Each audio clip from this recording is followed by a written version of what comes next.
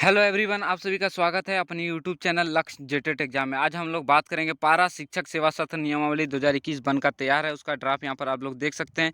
14 page का दिया गया है। किसको मान्यता दिया गया है, किसको नहीं दिया गया है, कि आकलन किस प्रकार का होगा, किस तरह का कठिनाई स्तर का सवाल पूछा जाएगा, किसका मानदेय कितना बड़ा है, सारी बात पर आज हम लोग एक एक करके चर्चा करेंगे। ठीक है, देखते हैं मेन पॉइंट कहाँ से हम लोग मुख्य बिंदुओं की आज चर्चा करेंगे। यहाँ पर देख सकते हैं झारखंड पारा शिक्षक सेवा सत्र नियमावली 2021 यानी कि नया बना हुआ नियमावली है।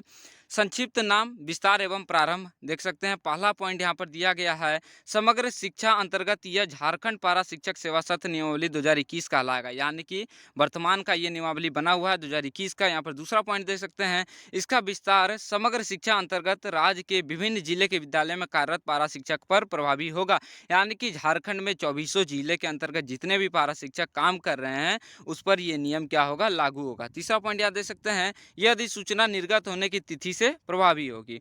अब हम लोग मुख्य बिंदु आज सिर्फ चर्चा करेंगे। अगर आप लोग को ये पीडीएफ चाहिए तो आप लोग मेरे टेलीग्राम ज्वाइन कर लीजिएगा। मैंने वहाँ पर ये पीडीएफ को डाल दिया है, डिस्क्रिप्शन में उसका लिंक डाल दूंगा। यहाँ पर देख सकते हैं मुख्य बिंदु की चर्चा करें तो आप यहाँ देख सकते हैं, पारा शिक्षक के मानदेय की बढ़ोतरी हेतु प्रक्रिया। आपको पता है कि बिहार के तर्ज पर नियमावली बनाया जा रहा था, लेकिन यहाँ सिर्फ मानदेय ही बढ़ा दिया गया। यहाँ पर देख सकते हैं एक एक बिंदु का चर्चा करेंगे।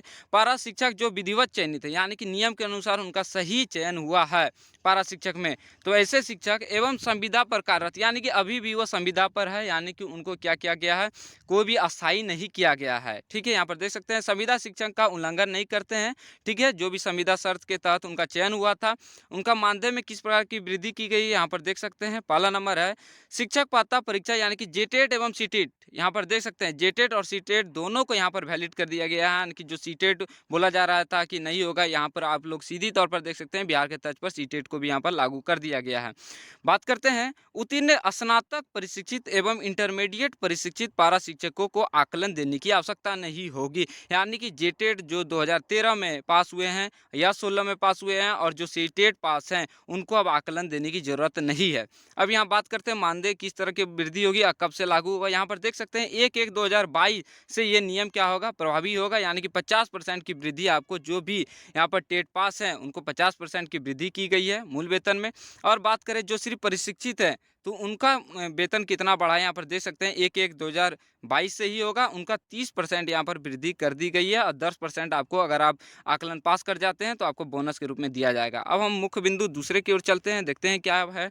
यहाँ पर देखिए दूसरा पॉइंट जो है, प्रशिक्षित स्नातक पास पारा शिक्षक एवं प्रशिक्षित इंटरमीडिएट पारा शिक्षकों को आकलन परीक्षा उत्तीर्ण हेतु 3 बार अवसर प्रदान किया जाएगा। यहाँ पर सीधी तौर पर नियमावली में बता दिया गया है कि आपको 3 बार मौका दिया जाएगा आकलन के लिए। ठीक है, आकलन परीक्षा उत्तीर्ण होने पर प्रशिक्षित उत्तीर्ण तिथि से उन्हें निर्धारित जो 10% है वो आपको जोड़कर दे दिया जाएगा। अब हम बात करते हैं तीसरा पॉइंट। यहाँ पर देखिए मुख्य जो बिंदु है, स्नातक अप्रशिक्षित, जो अप्रशिक्षित है यानी कि जिन्होंने डीएलएड बीएड या एनआईओ से नहीं किए हैं, इंटरमीडिएट अप्रशिक्षित पारा शिक्षकों को माननीय उच्च न्यायालय में दायर जो संख्या यहाँ देख सकते हैं में पारित न्यायाधीश के फलस्वरूप के आधार पर उसका निर्णय लिया जाएगा। जो न्यायालय से उनका रुख होगा उन पर चर्चा किया जाएगा, मुख्य बिंदु है।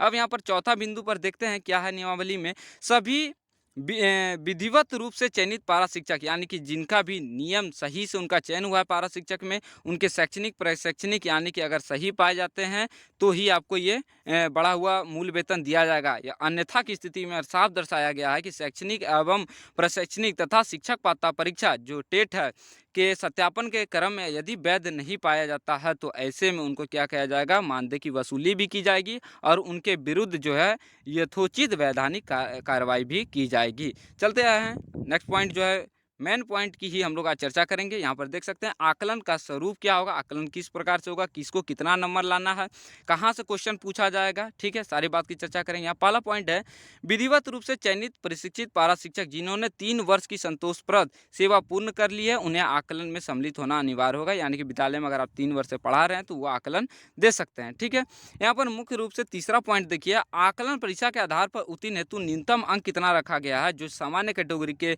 पुरुष एवं महिला उनको 45% अंक लाना है। इसके बाद आरक्षित जो है उनको लाना है 40%। यहाँ पर देख सकते हैं आरक्षण में कौन कौन है, पिछड़ा वर्ग, अत्यंत पिछड़ा वर्ग, अनुसूचित जाति, अनुसूचित जनजाति। ठीक है, अब हम लोग बात कर लेते हैं।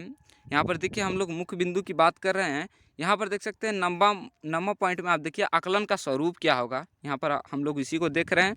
चौथा नंबर देखिए जो जो प्रशिक्षित नहीं है, अब उनके लिए भी यहाँ पर एक पॉइंट जोड़ दिया गया है। अब प्रशिक्षित पारा शिक्षकों को आकलन परीक्षा में सम्मिलित होने के संबंध में माननीय न्यायालय में जो निर्णय लिया जाएगा उसी पर आपको विचार किया जाएगा सरकार के तरफ से। ठीक है, अब लोग हम बात करते हैं मुख्य बिंदु में ही है। देखिए यहाँ पर छठा जो पॉइंट है, प्रशिक्षित पारा शिक्षकों को आकलन परीक्षा उत्तीर्ण हेतु अधिकतम 3 बार अवसर प्रदान किया जाएगा। अब मान लीजिए 3 बार के बाद आप पास नहीं कर पाते हैं तो सरकार ने उसका भी इस बिंदु में डाला है। देखिए आकलन परीक्षा उत्तीर्ण करने वाले पारा शिक्षकों को निर्धारित मानदेय वृद्धि का लाभ प्रदान किया जाएगा। जो आप 10% लेना चाहते हैं तो आप टेट पास कर जाइए, आपको 10% बोनस के रूप में दिया जाएगा। वैसे प्रशिक्षित पारा शिक्षक जो 3 अवसर का उपयोग करने के बाद भी आकलन उत्तीर्ण नहीं कर पाते हैं, यहाँ सीधी तौर पर लिख दिया गया आकलन उत्तीर्ण नहीं कर पाते हैं, तो क्या होगा उनके साथ देख सकते हैं, तो उन्हें सिर्फ मानदेय वृद्धि जो 30% है वही दिया जाएगा, आपको 10% नहीं ऐड करके दिया जाएगा। अब बात करते हैं आकलन में सवाल कहाँ से आएगा। यहाँ पर देख सकते हैं बहुविकल्पीय प्रश्न ही रहेंगे, एमसीक्यू क्वेश्चन रहेगा। 70% जो प्रश्न रहेगा वो पाठ्यक्रम आधारित रहेगा। दूसरा जो है 20% जो आपका शिक्षण कौशल एवं दक्षता आधारित प्रश्न रहेगा। तीसरा जो है मानसिक जो है यानी कि मानसिक और तार्किक 10% आपका सवाल पूछा जाएगा 100 में। ठीक है, अब हम बात करते हैं सवाल किस स्तर का रहेगा। यहाँ बता दिया गया प्रश्नों के कठिनाई का स्तर इंटरमीडिएट संविदा प्रशिक्षित शिक्षकों के लिए, माध्यमिक स्तर पर स्नातक प्रशिक्षित संविदा शिक्षकों के लिए इंटरमीडिएट स्तर, यानी कि जो है प्राइमरी लेवल के लिए आपको माध्यमिक यानी कि 10 तक का आपको सवाल दिया रहेगा, और स्नातक के लिए जो है वो क्या है आपका हायर सेकेंडरी यानी कि स्नातक का आपको सवाल दिया जाएगा। ठीक है, अब लोग यहाँ पर आप क्राइटेरिया देख लीजिएगा, सारे बिंदु पर मुख्य रूप से चर्चा हो गई है। ये आप लोग का यहाँ पर एक बिंदु यहाँ पर भी आप देख लीजिए कि ये जो है 60 वर्ष तक के लिए यहाँ पर आपको दर्शा दिया गया है। पारा शिक्षक अधिकतम जो है क्या करेंगे 60 वर्ष तक कार्य कर सकेंगे। ये पीडीएफ मैं टेलीग्राम ग्रुप में डाल दूंगा, आप लोग सिर्फ उसको ज्वाइन कर लीजिएगा, डिस्क्रिप्शन में लिंक डाल देंगे। अब बात करते हैं हम लोग कि किसका कितना मानदेय बढ़ा है, उसको भी थोड़ा। अब यहाँ पर आप सीधी तौर पर देख सकते हैं पारा शिक्षकों को तोहफा जो देने की सरकार ने तैयारी की है, यहाँ पर आप देख सकते हैं। यहाँ बता दिया गया है कि जो छठा से 8वां में जो टेट पास है उनको अभी वर्तमान में कितना मिल रहा है, 15,000 मिल रहा है। इनके बाद 50% जब वृद्धि हो जाएगा तो उनको 2022 से कितना मिलेगा, 22,750 रुपया मिलेगा। इसके बाद जो प्राइमरी में पढ़ाते हैं और टेट पास है उनको अभी वर्तमान में 14,000 मिल रहा है। 50% की वृद्धि हो जाने पर उनको 21,000 मिलेगा। ठीक है, अब हम बात कर ले जो सिर्फ प्रशिक्षित है और जो 6 to 8 में पढ़ाते हैं उनको वर्तमान में अभी 13,000 मिल रहा है। उनको 40% की जब वृद्धि हो जाएगी तो उनको 2022 से 18,200 रुपया मिलेगा। बात कर ले प्राइमरी में जो है जो प्रशिक्षित है उनको अभी वर्तमान में 12,000 दिया जा रहा है। 40% की वृद्धि हो जाने पर उनको कितना दिया जाएगा, 16,800 रुपया दिया जाएगा। और आकलन जब आप पास कर लेते हैं 10% आपको जोड़ के दिया जाएगा। यहाँ पर सारे मीडिया में आज ये बात को छपा गया था। मैंने लक्ष्य जेटेट एग्जाम में सबसे पहले आप लोगों को बताया था कि सीटेट को वैलिड किया गया है।